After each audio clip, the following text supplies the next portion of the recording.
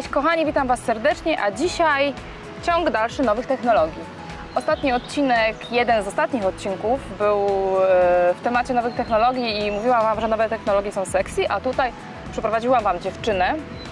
Dzisiaj naszym gościem Aleksandra Hinz, przedsiębiorca i dziewczyna, która działa w nowych technologiach i prawniczka i opowiemy jej historię. Cześć, witam wszystkich bardzo serdecznie. Ola do nas przyjechała z Gdańska, tak jak i mój operator. Krzysztof, jesteś z nami? Tak.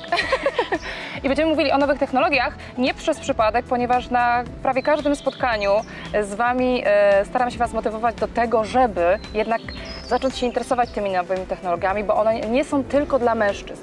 I Oli historia dla mnie jest trochę też niezwykła, ale też jest przykładem, potwierdza Oli działanie to, że można. Ola jest z wykształcenia Politologiem, prawnikiem. I zaczęłaś swoją historię, zaczęłaś swoje działanie w nowych technologiach. Ola, jak do tego doszło? Po zakończeniu studiów politologicznych na 4. roku prawa trafiłam do funduszu inwestycyjnego w Gdańsku, w którym zaczęłam się zajmować tworzeniem biznesplanów. To było też o tyle ciekawe, że w sumie do końca nie wiem, dlaczego mój szef mnie przyjął, bo jedyną stycznością, jaką miałam wcześniej z funduszami unijnymi, było to, że w pracy magisterskiej na politologii zawarłam zapis, że ta praca obejmowała pewne aspekty funduszy unijnych. No i w ten sposób zostałam zatrudniona. Od razu zostałam rzucona na głęboką wodę, bo w moim zakresie obowiązków było to, że spotykałam się z młodymi przedsiębiorcami, prowadziłam dla nich doradztwo, prowadziłam dla nich mentoringi, wskazywałam im możliwości, jakie mogą wykorzystać prowadząc własną działalność. Wymyślałam często dla nich różnego rodzaju rozwiązania, czyli jeżeli oni mieli już gotowy produkt, my podpowiadaliśmy razem z zespołem, co jeszcze mogą zrobić, aby ten produkt ulepszyć. No i w końcu stwierdziłam, że skoro jestem w stanie pomóc innym firmom, i innym osobom, to dlaczego nie stworzyć czegoś własnego? Ale wiesz co, chciałam się na sekundkę zatrzymać, bo odpowiedziałaś bardzo fajną rzecz, że zostałaś rzucona na szeroką wodę, dostałaś zakres obowiązków, znaczy coś, na czym się trochę nie znałaś, zaczęłaś w tym się trochę potem specjalizować.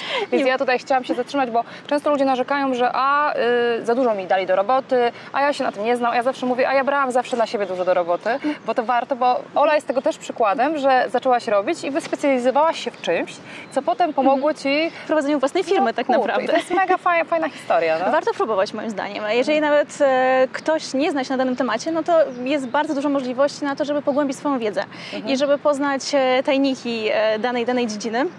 Ja też nie byłam ekspertem w tym, co robiłam, ale przez to, że pracowałam z ludźmi, spotykałam się z osobami mądrzejszymi od siebie i to jest właśnie bardzo ważne, żeby otaczać się osobami, które prowadzą własny biznes i które zrobiły już coś fajnego i żeby uczyć się od nich. Od tych lepszych, nie? Tak. I wtedy na podstawie tej wiedzy, którą zdobywamy od tych osób, no bo wiadomo, że łatwiej się uczyć na błędach cudzych niż na własnych, możemy wprowadzić własny produkt i zrobić coś fajnego, już unikając tych błędów, które inne osoby dokonały. A jak było z Tobą? No bo co, zostawiłaś tam tą robotę? Tak, odeszłam z pracy. Razem z 2 znajomymi stworzyliśmy aplikację. Pomysł na aplikację powstał w 2013 roku. Staraliśmy się pozyskać środki na stworzenie aplikacji, która się nazywa Party Planner. Udało nam się i w 2014 roku rozpoczęliśmy pracę nad częścią informatyczną aplikacji. Produkt był gotowy w 2015 roku. Niestety to było już trochę za późno, bo skoro pomysł powstał w 2013 roku, aplikacja pojawiła się na rynku w 2015 roku, przez te 2 lata się zmieniło masę, tak? Zmieniło się bardzo dużo rzeczy.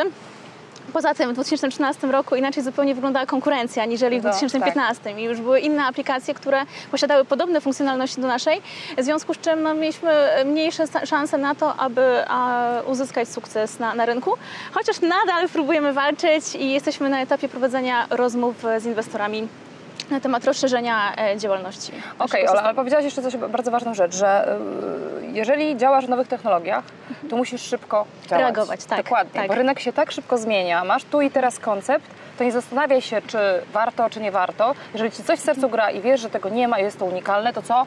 Trzeba działać. Trzeba o tym mówić, trzeba szukać rozwiązań. Trzeba o tym mówić, zatrzymajmy się, bo to mój ulubiony temat, trzeba mówić. Ja zawsze mówię, nie chowaj tego pomysłu na biznes do szafy, że Ci ktoś go ukradnie. Ale Ty mówiłaś mi, że też się bałaś. Opowiedz o tym. Ja na samym początku, kiedy powstał pomysł na aplikację, bałam się, że jak ja będę mówiła o moim pomyśle, no to inne firmy podchwycą i zrobią coś bardzo podobnego. Przechodziłam na spotkania z umową o zachowanie poufności. Pierwszą czynnością, którą tutaj wykonywałam, tak, zboczenie prawnicze, było to, że prosiłam o podpisanie dokumentów Jednakże po pewnym czasie stwierdziłam, że to jest totalnie bez sensu, bo sam pomysł jest wart złotówkę. Dopiero jego wykonanie, wdrożenie, zespół, który się tym zajmuje, sprawia, że pomysł nabiera znaczenia, więc jeżeli się zastanawiacie nad tym, czy informować osoby z otoczenia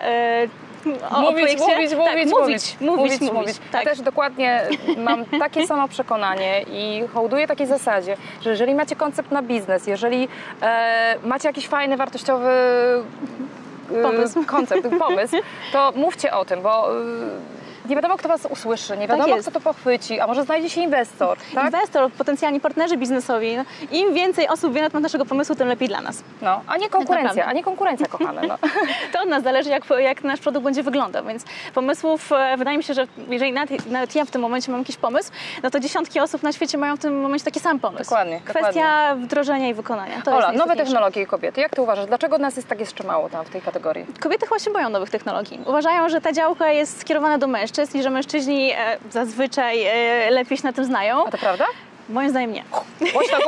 Nie znają się dobrze na tym. Nie wszyscy się dobrze na tym znają. My lubimy mężczyzn, oni są też kompetentni, ale musimy sobie powiedzieć, kobiety też są merytoryczne, kobiety mają ogromny potencjał i będę zawsze stała na tym stanowisku, żeby wam to przypominać.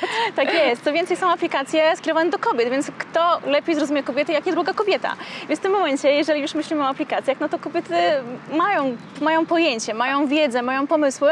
Jak najbardziej nie powinny się bać tego, aby tworzyć, próbować. Dobrze, a jak zacząć? Nawet aplikacje, nie aplikacje, nowe technologie, coś, czego nie umiem, nie wiem, nie znam, jest to domena męska, bo tam jest dużo mężczyzn, wiesz, od razu tobie się wydaje, że tak, a informatyk, a internet, a programowanie, wiesz, i chmur rośnie, tak, ograniczenia się piętrzą. To tak jak w momencie, kiedy zaczynamy prowadzenie własnej firmy, też się zastanawiamy, czy zacząć, czy nie, się boimy, ale wiadomo, że nie wszystko we własnej firmie prowadzimy same. No tak. Potrzebujemy księgowości, zlecamy dalej. Tak samo tutaj, jeżeli jesteśmy w nowych technologiach, mamy fajny pomysł, to wystarczy, że znajdziemy odpowiednią ekipę, która wdroży ten pomysł za nas. Co jest ważniejsze wtedy? Jeżeli mamy w nowych technologiach fajny koncept, ekipa, przecież my też nie wiemy, jak szukać tej ekipy, gdzie szukać, czy ten pomysł sam? Tak jak mówiłam, pomysł jest wart złotówkę, więc ważne, żeby była ekipa, która go wdroży. A ludzie, myślicie, że koncept na biznes to jest już jesteśmy w domu? Niestety nie. Niestety ekipa, która go wdroży, jest bardzo, bardzo ważna i zespół osób, z którymi będziemy współpracować. Bo jeżeli chodzi o nowe technologie, nawet aplikacje mobilne, no to z własnego doświadczenia powiem, że stworzenie systemu IT to jest jedno, ale potem mamy marketing, czyli sprzedaż, więc potrzebujemy kolejnej ekipy, która ci pomoże i poukłada procesy.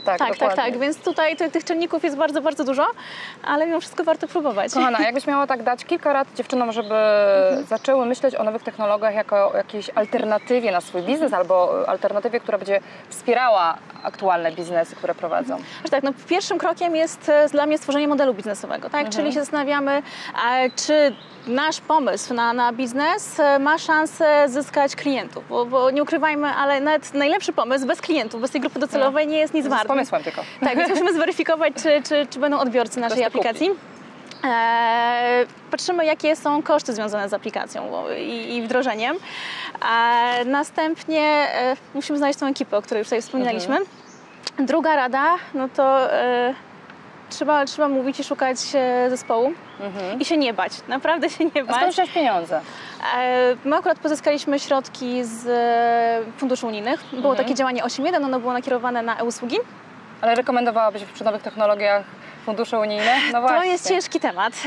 Wydaje mi się, że lepszym rozwiązaniem jest szukanie inwestora, najlepiej branżowego i osoby. Jest szybciej. Jest zdecydowanie szybciej, bo tutaj sama ocena wniosków w trybie funduszy unijnych zajmuje średnio do pół roku. Wiadomo, że to jest fajne rozwiązanie dla osób, które nie dysponują odpowiednią wielkością kapitału do wdrożenia aplikacji, ale jeżeli już bym miała wybierać, to bym wybrała inwestora. Inwestora, który ma środki i te środki na pewno szybciej do nas trafią niżeli z funduszy unijnych. Czyli Ola, podsumowując tak naprawdę, to ważne jest tak, żeby się nie bać, żeby otworzyć się na nowe technologie, żeby o tym mówić dziewczyny, mówić, żeby znaleźć ludzi, którzy mają pieniądze, jeżeli nie mamy i oczywiście zrobić model biznesowy, o którym Ola powiedziała, a ja Olę poproszę, żeby przygotowała nam taki szablon modelu biznesowego i na końcu tego odcinka go załączymy, a z Olą jeszcze będę miała jeden odcinek na temat aplikacji mobilnych. Bardzo serdecznie Ci dziękuję. Kochana. Miło spotykać takie merytoryczne kobiety i będzie ich więcej. Cześć, oglądajcie nas. Pa!